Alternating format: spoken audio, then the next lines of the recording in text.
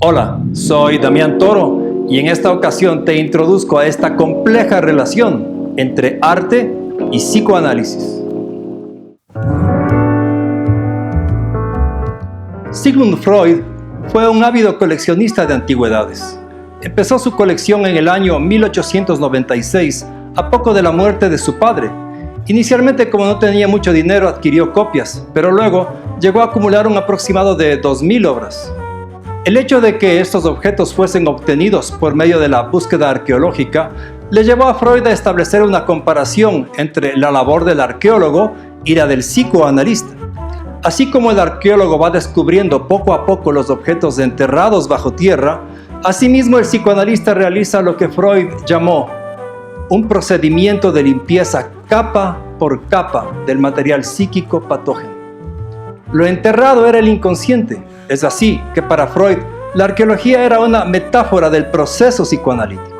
Las preocupaciones de Freud por el arte no se quedaron en su colección privada, sino que también dedicó sendos estudios a obras tanto literarias como plásticas. Cabe mencionar que en el medio culto de su época había un gran interés principalmente por la literatura. Esa perspectiva, centrada en la capacidad comunicativa de la obra de arte, influyó en el interés de Freud por las obras literarias, más que en las plásticas.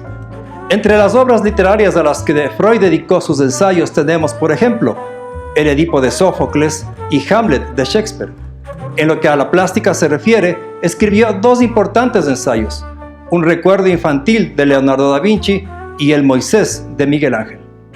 En estos ensayos, Freud aplica el psicoanálisis al estudio de las obras, pero no hace un análisis estético, sino un análisis psicoanalítico de las mismas, centrándose en los aspectos biográficos de los autores. En 1905 había publicado La interpretación de los sueños, en donde se pueden encontrar las técnicas interpretativas que aplicó en estos estudios.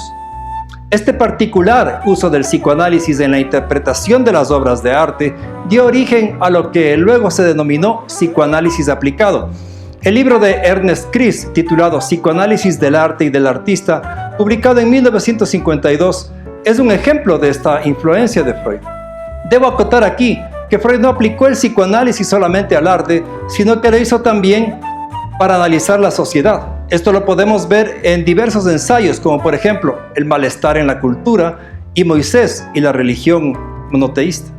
En términos simples, podemos decir que para Freud la obra de arte era como el sueño cuyo contenido latente daba forma al síntoma. La obra artística era desde esta perspectiva una expresión de los conflictos psíquicos del artista, así como el sueño lo era para un paciente en el diván. En este punto cabe mencionar dos conceptos, el de pulsión y el de sublimación. La pulsión es para Freud un empuje que hace tender al organismo a un fin. La pulsión recorre lo corporal al mismo tiempo que ocupa el espacio psíquico buscando algún tipo de satisfacción.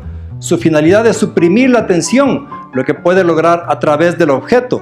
El objeto puede ser real o fantaseado, un ideal o una persona, y puede ser parcial o total.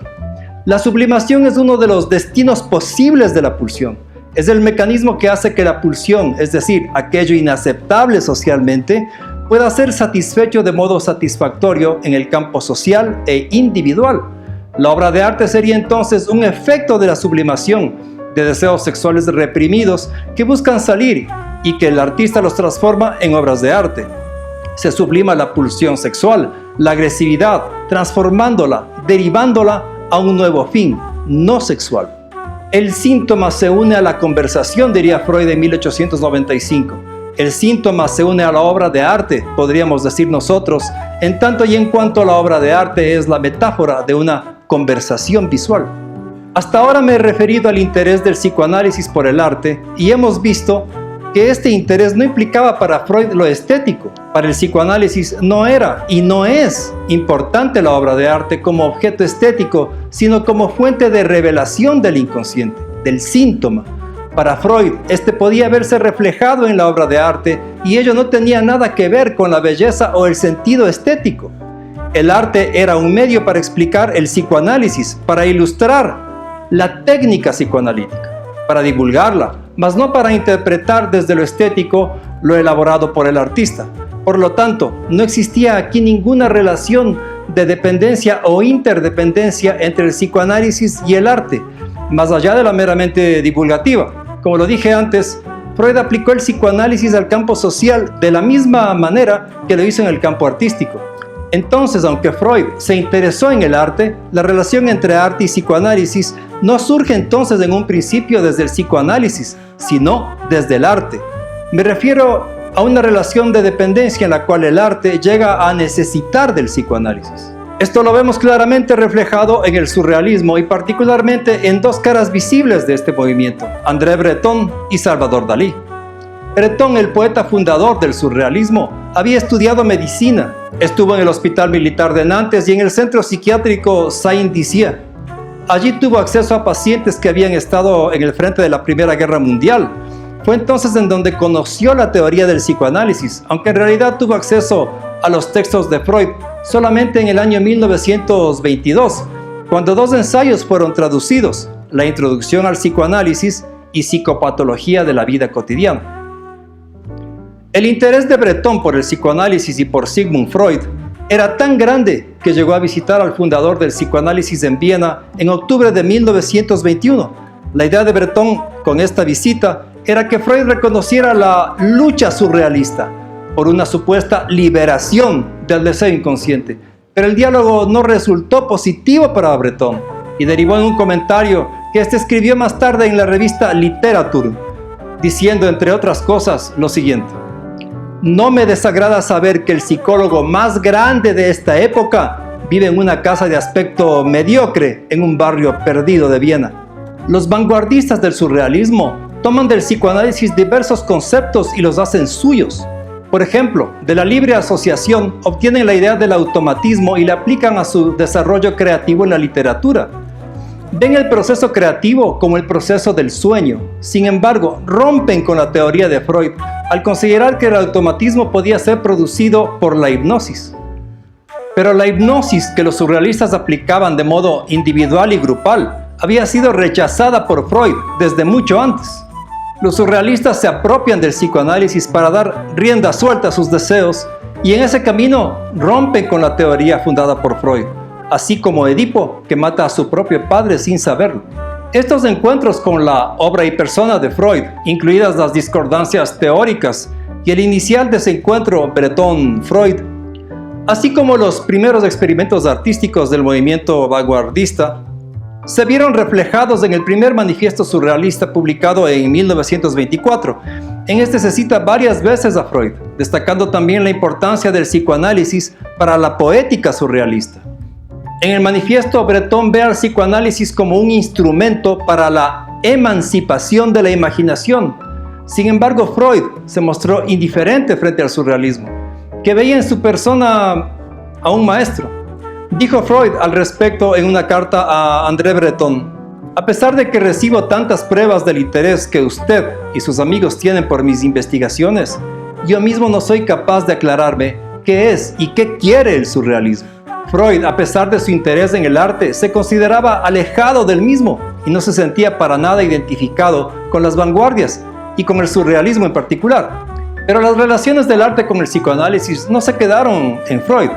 Jacques Lacan, en su juventud entre los años 1920 y 1926, había tenido contacto con los surrealistas y frecuentaba autores de la época como André Gide y Paul Claudel. En el año 1932 concluyó su tesis titulada De la psicosis paranoica en sus relaciones con la personalidad. Este influyó en muchos surrealistas.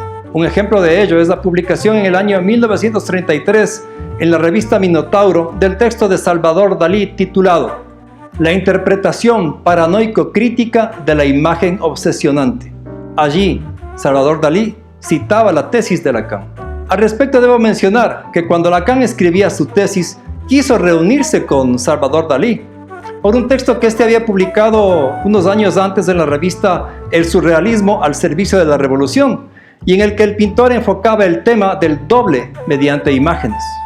Lacan estaba también interesado en el método paranoico crítico, que Dalí había definido como un método espontáneo de conocimiento irracional basado en la objetividad crítica y sistemática de las asociaciones e interpretaciones de fenómenos delirantes. Pero, ¿cómo ve Lacan al arte? Lacan hace el camino contrario de Freud, que había aplicado el psicoanálisis al arte. Lacan aplica el arte al psicoanálisis.